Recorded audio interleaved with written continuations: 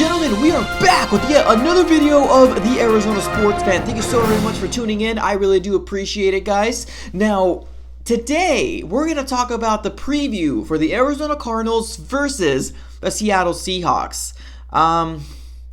This is kind of a sad day. I mean, not sad day, but this is one of my last preview videos of this year. And honestly, it's fun. I love doing this, preview videos, reaction videos, and all that different stuff, guys. It's just, it's on to kind of find out what we're going to be doing in the off season. And that's one thing I'm really excited to talk about is mock drafts, free agency pickups, who we should pick up in free agency, and all that different stuff. So it's just one step closer to the NFL playoffs. It's one step closer to free agency and one step closer to the draft. So let's go ahead and wipe those tears away, guys. Let's go ahead and do this preview for Arizona Cardinals and the Seattle Seahawks. Guys, go ahead and roll that intro.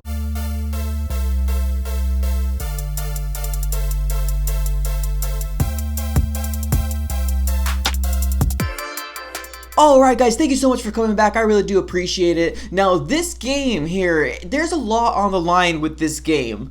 Not just for the Cardinals, just to go ahead and finish strong in the season, kind of give a good taste in our mouths for the Arizona Cardinals. Obviously, our season hasn't gone the way we wanted it to go to, but, playing very, very competitive in this game and then the next game against the Rams will just kind of give us a good momentum to go to the, off season and all that different stuff. It'll just give everybody that mojo back, that hope of, playoff contention next year. So, that's one thing I really do hope for the Arizona Cardinals to go ahead and do this game is be competitive throughout the entire game, even though if we do not get a win in this game, as long as we're competitive and right there with Russell Wilson, I just feel like Kyler Murray versus Russell Wilson will be a game to watch for years to come, and I really want that rivalry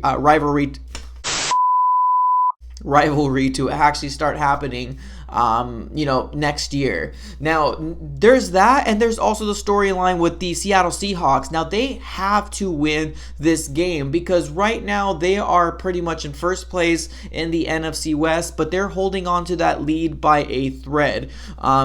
We got San Francisco 49ers playing the Rams, and then we have the Seahawks playing us. Now, we have a great opportunity to play spoiler and, helping the San Francisco 49ers. But, I mean, as of right now, it's kind of like I don't know who I want so much to win the NFC West. Right now, I'm kind of like, I guess, who cares? I mean, it would be cool to, spoil somebody's. And at this point right now, the only option that we have is to spoil the Seattle Seahawks. It's kind of, who's the lesser of two evils here at this point. So I can't really pick and choose, but we have a lot of different storylines between both sides of the team. Now, Seattle Seahawks went through their own sort of drama this coming, I think it was in the past 2 weeks. They recently had this whole thing with Josh Gordon coming back, one of the big wide receivers, but he ended up getting suspended. I think they've been saying indefinitely for quite some time, but again, another PED situation where he failed a drug test, and yeah, he's no longer in the Seattle Seahawks, but that doesn't mean they don't have weapons. Currently, right now, the Seattle Seahawks are currently sitting with Chris Carson as their starting running back, and then they have Rashad Penny being their backup running back, which he is actually pretty dynamic when he has the opportunity to do something. I do feel like he is a good opportunity whenever Chris Carson does go down. Rashad Penny could definitely fill in that void. He's more of a run it down your throat type of big body running back. So there's definitely those two running backs that we have to go ahead and take account for. Now, as far as the wide receiver side, of course, you have your Tyler Lockett, your speedy receiver that can take the top off of any defense. He's somebody that we got to go ahead and, take a look into. And of course, they have their new big bodied man, DK Metcalf. Of course, we also have Russell Wilson being their, top honcho guy. One of the best, honestly, quarterbacks that I have seen in the NFL for quite some time, being mobile, still doing it with his arm, had the ability to be an escape artist, making so much different plays with his legs and extending plays is just so amazing to see. It's just unfortunately right now he is in the division that I love, so I got to go ahead and root against him all the time. So one thing that we got to go ahead and make sure we do is contain Russell Wilson in the pocket. Make sure he's not not running around everywhere, because this guy has the ability to do magic when he has time in the pocket, and he's probably one of the best at it, that extends plays and can make you look really, really silly, as he done multiple times in the past against the Arizona Cardinals. Now, switching over to the Cardinal side, guys, something that I gotta go ahead and make sure, my 3-point success is, now that Patrick Peterson, got his stride, he had his moment, he had a really, really good game against the Browns. I feel like he was always there when the ball was there, so that's definitely a step in the right direction for Patrick Peterson. Now, for him specifically, who I want Patrick Peterson to be covering, because obviously Patrick Peterson is always on the number one wide receiver of the opposite team.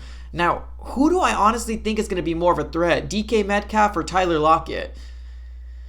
Ooh, that's a tough one. Honestly, that's definitely a tough one. But if I had to give a decision at this point, I would say have Patrick Peterson on DK Metcalf at this point. Now, if a situation where Tyler Lockett is burning the defense and there's just nothing that we can do, and Byron Murphy is constantly getting beat, then go ahead and switch him over and have Byron Murphy switch at that point. But I really do want to see DK Metcalf against Patrick Peterson to see what exactly he does. DK Metcalf is a big-bodied wide receiver and he's super physical, and I feel like the best cornerback to fit on him is going to be Patrick Peterson. But like I said, if it gets too rough, then go ahead and make that switch and do an adjustment. That was my first key to success. My number 2 key to success is make sure that you maintain and contain Russell Wilson. Now, I know it's easier said than done, but we got to do something. We have to maybe always keep a spy on Russell Wilson, keep him on his toes, and make sure he does not have a pocket, and he's always harassed in the pocket.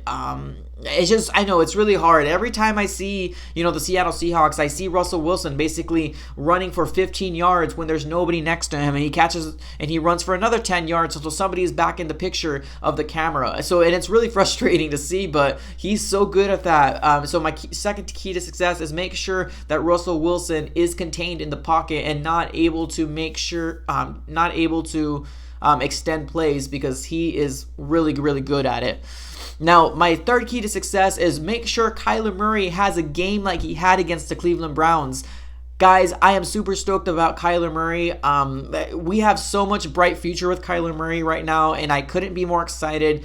Every time I watch the Arizona Cardinals, the main reason is for Kyler Murray. I want to see what he has, if he's going to bounce back from the next week. From the week that he had prior. And honestly, this Browns game was a step in the right direction, guys.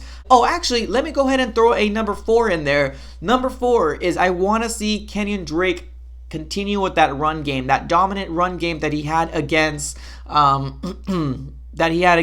Cleveland Browns. Now, I am fully aware that the Seahawks are a different breed than the Cleveland Browns are, but as long as we can keep our running game going, I feel like we can have so much more success, because more running the ball and having more success in running the ball makes for more available plays to be called on our offensive side. And, who knows? We might see Isabella for about, 5% of the time. Who knows? But go ahead and recap. I have Patrick Peterson on DK Metcalf until we say otherwise.